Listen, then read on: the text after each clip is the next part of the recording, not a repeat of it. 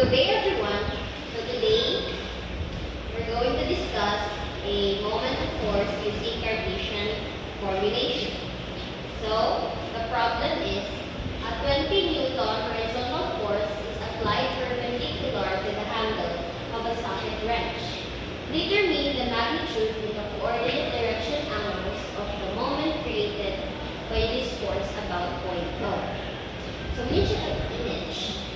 So, nara ang point O. So, pangitaon ani nato karon kay ang magnitude with the coordinate direction sa angles sa Cartesian na formulation. So, first nato kabuhaton kay ato ni imagine na ang 20 Newton force kay inaog nato dinhi. So, ang kani siya nga image kay muni siya ang shadow sa wrench. Tingnan ulit. So, atin ko tayo dali ang 20 meter.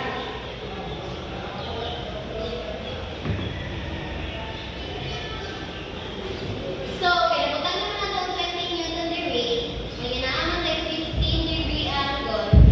So, abot o sabot, kaya ang tali siya, kaya na ay 15 degree angle. Kaya ito mag-imagine, binaulot to siya sa iyang shadow.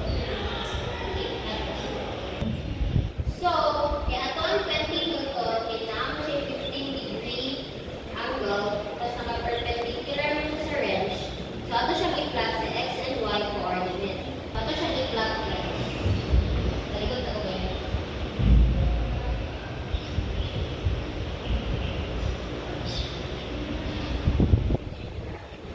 So, kanya ito ang x and y coordinate. So, kaya naman siya 20 Newton na natin 15 degree angle. So, ang tali siya, ay may mo siya 20 sine 15 degrees. Kailangan siya sa y.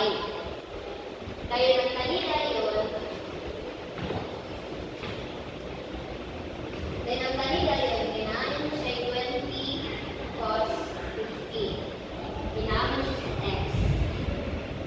So, kaya nakuha naman nato ang kinaklat naman nato ang 20 Newton nga 15 degrees. Ato nang isolve ang force. So, F ay, by the way, kaya maggamit na nito Cartesian formulation. Sa Cartesian formulation ng XYZ na siya ay IJK. So, ang taling X ay ato rin siya kulian ng I, isang taling Y, kulian ng J. Ato nagibutang ang ato ang isolve na force. Na negative ang 20 cos 15 kay paubos man siya sa X. Tapos, positive tayo kay 20 sin 15J, pinahamon siya sa ibagaw na Y. So, ato siyang E, ato rin hitag sa tagsaon og so. So, ato rin hitag sa tagsaon og so para makuha na to ang F. So, ato ikuan kay negative 20 cos 15 by negative 90.31i plus 20 sin 15.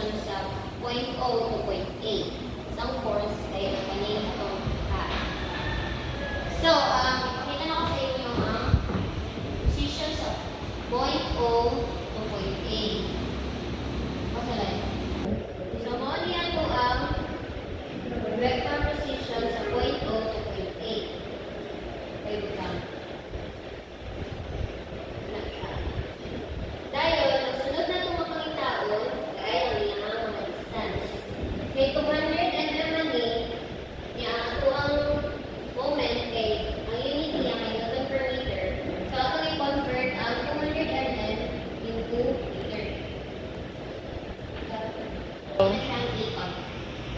So, 200 divided by 1,000 is 0.2 meter. Plus 75 divided by 75 divided by is 0.075.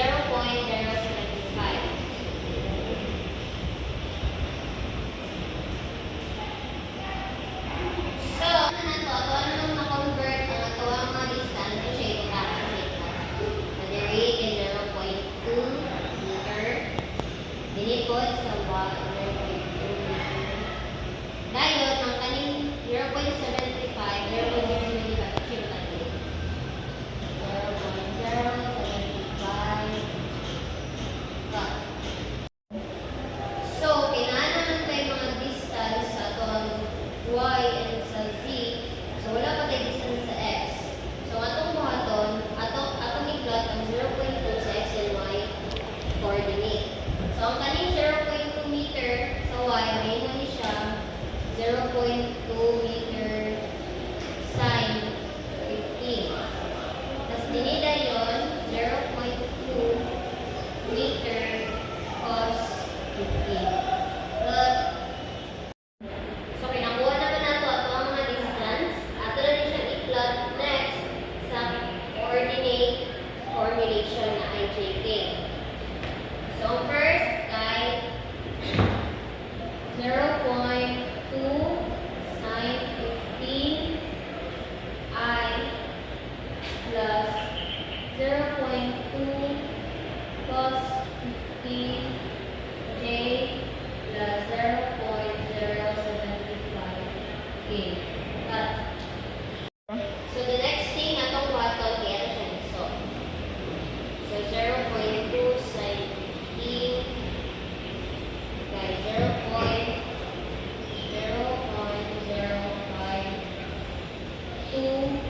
I plus 0.19 J plus 0.075. So, naan tayo direction, vector direction sa itong point A to point 0 to point A. So, kaya nakuha naman nato ang force and ato ang vector point O to A. Ato na rin po ang moment sa O. Magamit na o basket method.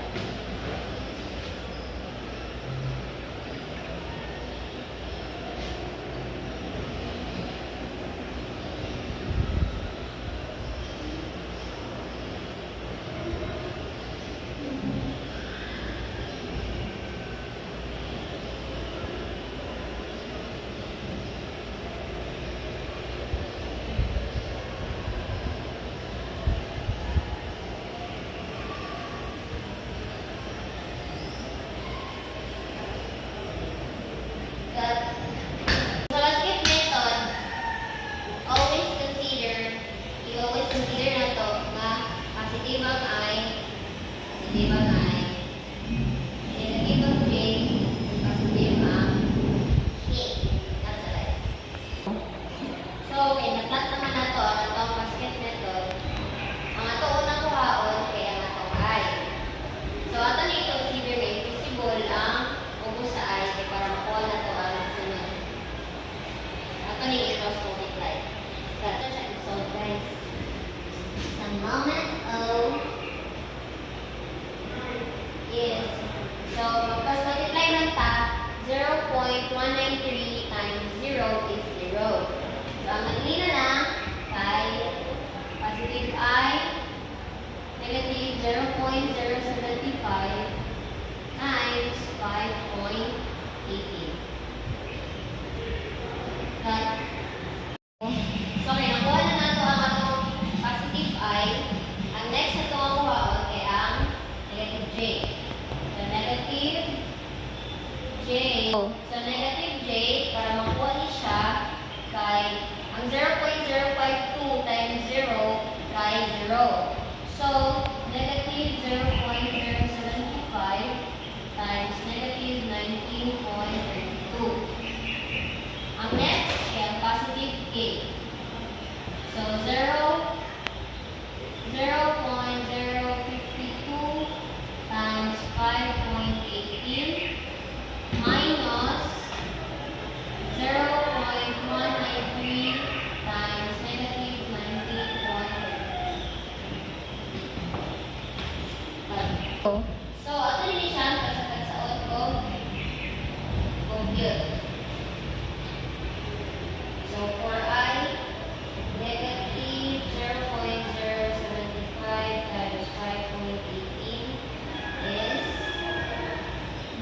negative 0.39 I.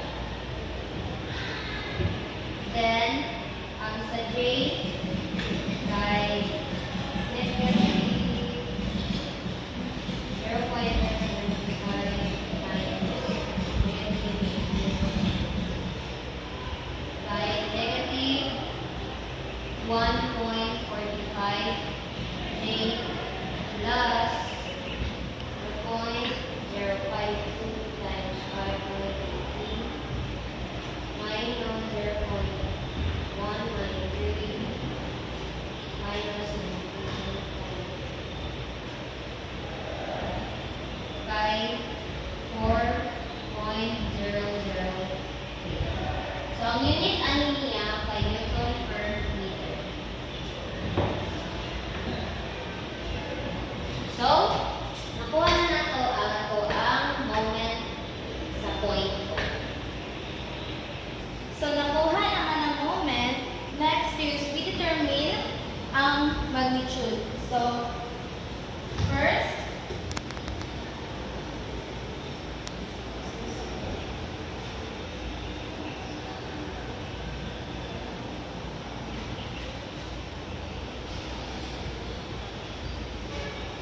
atong i-substitute ang value sa I, J, and K. So, ato ni siyang i-positive tanan K. Square root na lang. So,